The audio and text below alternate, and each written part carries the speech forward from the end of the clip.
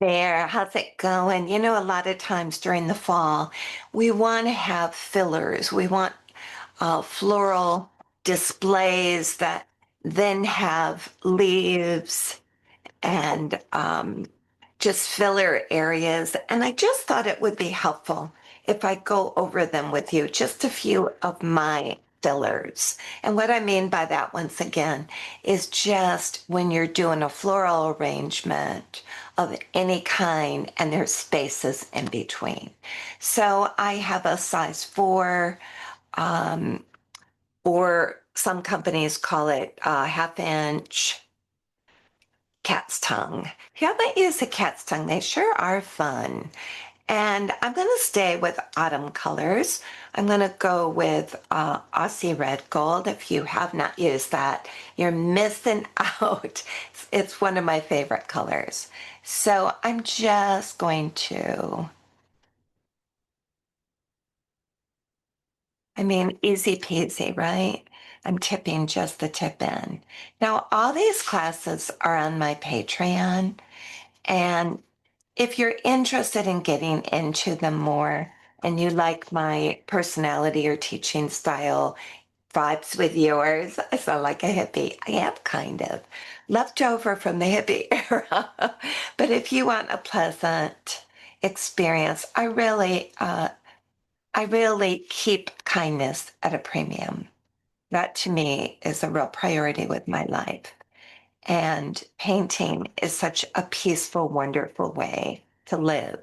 So if you're looking for some me time, just self-nurturing time, away from it all, I might be your girl. Think of Patreon. It's patreon.com/Cindra. I'm just doing a couple real quickies because I want to be able to show you what I'm talking about. So there's a few little quick ones. I won't bother with the middle part yet. Um, and then what do we put in the filler sections? So I'm going to show you a few of them. I love a small dagger brush, and I also love a small 4, a round 4. So either one works for me. Whatever you have handy um, is great. So I'm going to use a small dagger. This is from the Portman collection. This is a size 4. I see a theme here. So I am going to go into some green. I'm just going to stick with sap right now, but say that I want let's just say we're doing like almost vines. So I want you to see from a side view, get some more on my brush. When you're doing tiny skinny things with a dagger, you already have it built in that it's skinny if you use that side. But you see how I'm also moving things with it. Sometimes I'm teaching someone in live in-person group classes, and I see them holding their wrist up and not have anywhere to balance. When I'm doing dagger, sometimes I'll do the whole wrist. And when I'm doing like a round brush, and I'll show you that too. Then I'll do, here's a round 4. Oops, get some green. When I'm doing this kind of brush, like a regular round one, instead of painting what I call a pencil hold, which I do a lot of painting with on my piece, I like to do it straight up and down. Straight up and down. I know it's a little funky seeing it from the side, but I want you to truly see what straight up and down looks like and also dragging my entire arm with me. Do you see the whole arm? So it's straight up and down and the whole arm. Let me show you when I'm going straight up and down. You won't be able to see it like this, so that's why I went from a side one. But it is exactly that. I'm dragging, you'll probably be able to see my arm better this way. So that's how I do that.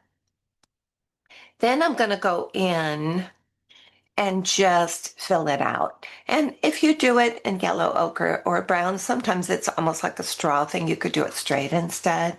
But I kind of like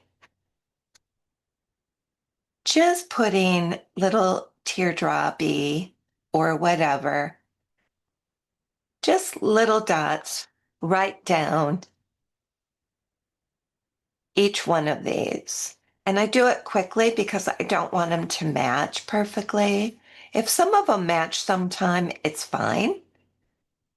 But for the most part, I want them for this kind of vine to almost be more random. And I think it'll look a little bit more natural.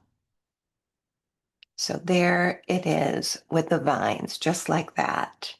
I'm going to go through the center one more time because the center got a little lost in that one. Now I have less paint, and we like that. If you're new with watercolor, I want to encourage you to not try to be a perfectionist. You want things to be dark and light. You want things to have a variety of looks. And I think you'll be happier if you're not stressing over it, but you're just relaxing. You know how we were all taught, do it right or not at all.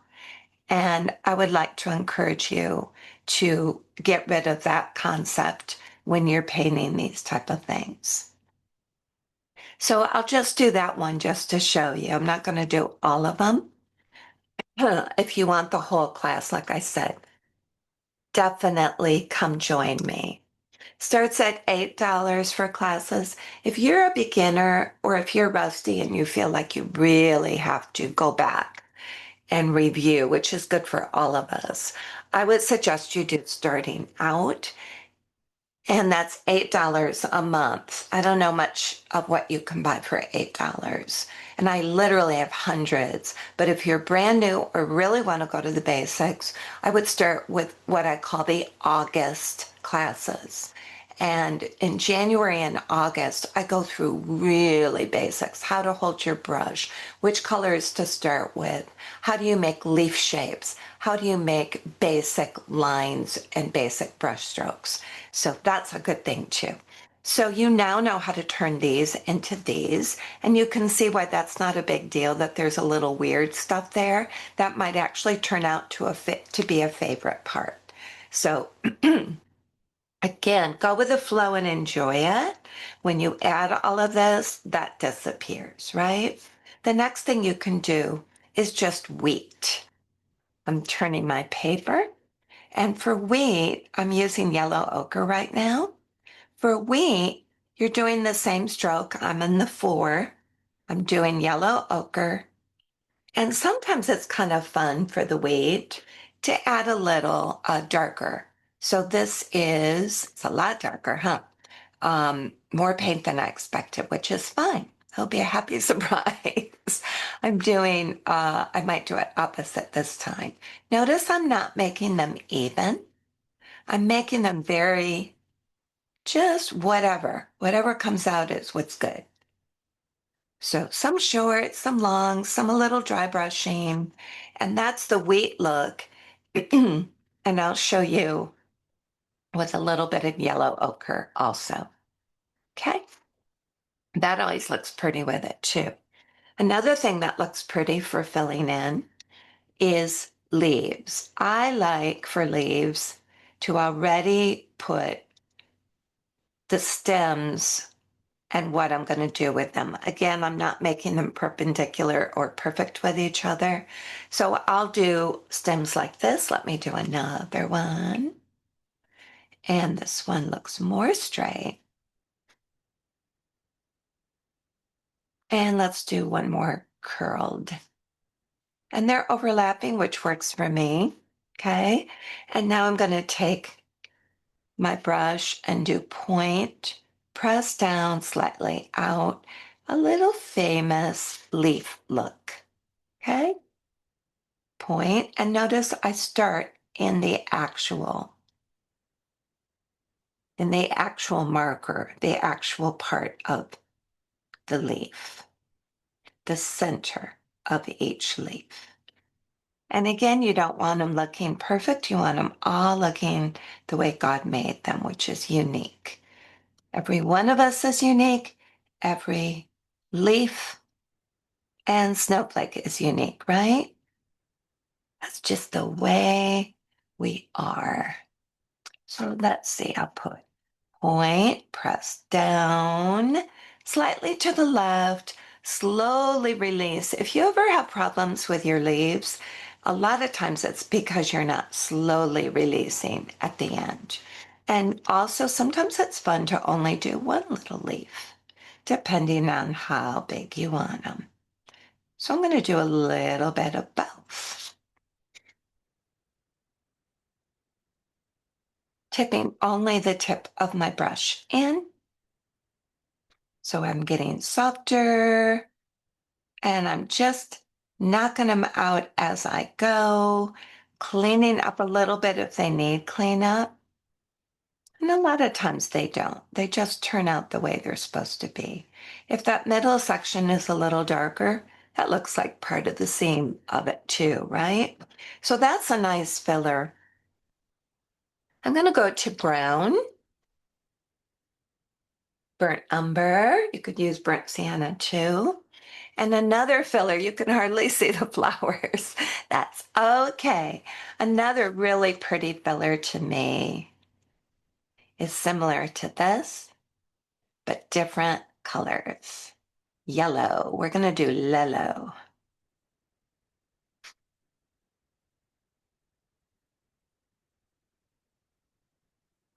And I love doing these fairly soon after you put them on the paper because we're going to go to cadmium yellow and we're going to do wet on the fresh brown.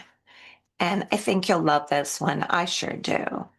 So we're going to start halfway down the brown. So right here, and we're going to do just like that. And you can do two if you want, like these, or you can do one. I love this for fall because it fills in and pulls the brown out slightly. And sometimes I'll even add more brown afterwards. So we have the brown to the yellow look.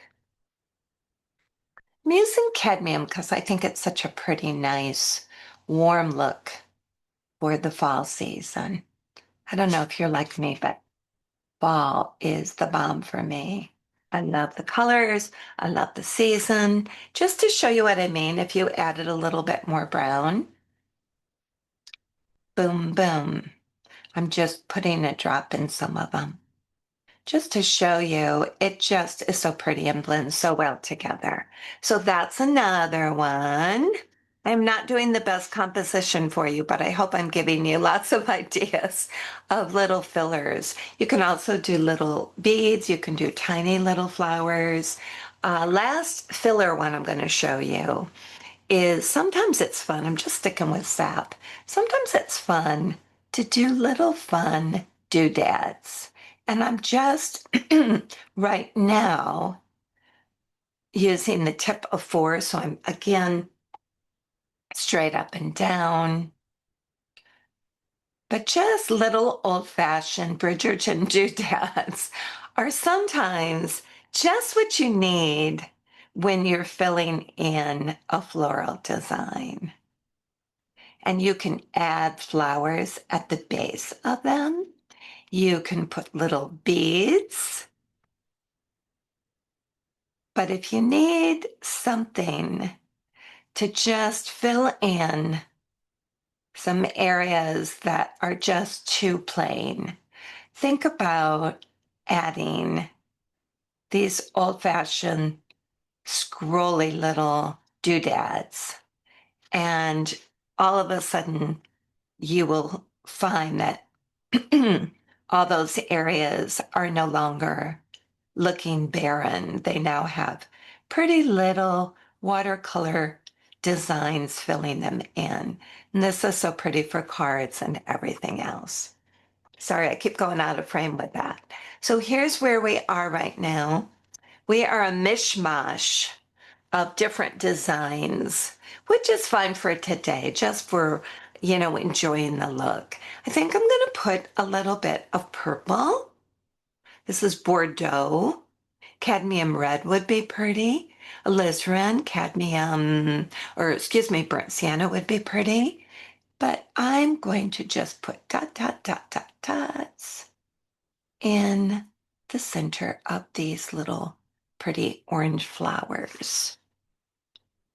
And just complete the look. I can make the centers round. I can make them oval. If I have them in a certain style, they're going to, like a shape, they're going to look like they're facing.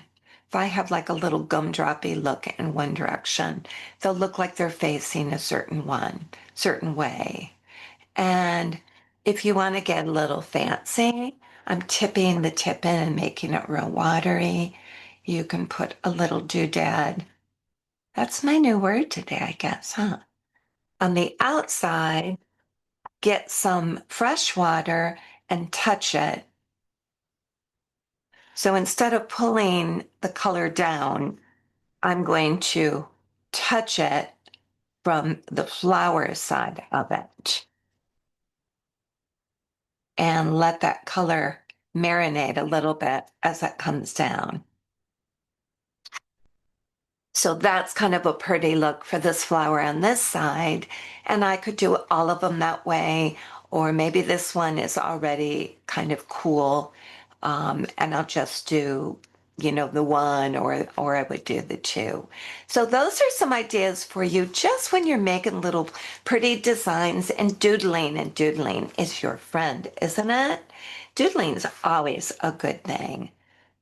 I'm talking myself into cleaning this area up with very watery doodling, doodads from that side. And while I'm at it, guys, let's end with finishing the same way as that and see if we don't like that. I knew I threw in several options, and this would probably look so pretty. Any one of these choices for fillers. Isn't watercolor so fun? The way you can just do so many cool things. So there you go, guys. That's just a real basic but fun. It was fun for me. Hope it was for you too. Fun little adventure in some of the components when you're doing your floral arrangements. And you can put all of them. I'm kind of reframing some of them for you to look. What if you just did those? What if you did just this? Like this? Wouldn't that be pretty? So you have several options and you can decide what you like. I use several of the ones I showed you today in this pumpkin, and this is in Patreon as of Thursday today, Thursday afternoon. This is in Patreon now, so you can enjoy this one. This one has a little bit more thought into it and in just kind of arranging things, but the components in here are what got into this. So I hope that is just kind of a fun, easy way. Thanks for spending some time with me a little bit this morning, and I hope you have a blessed day. Take care.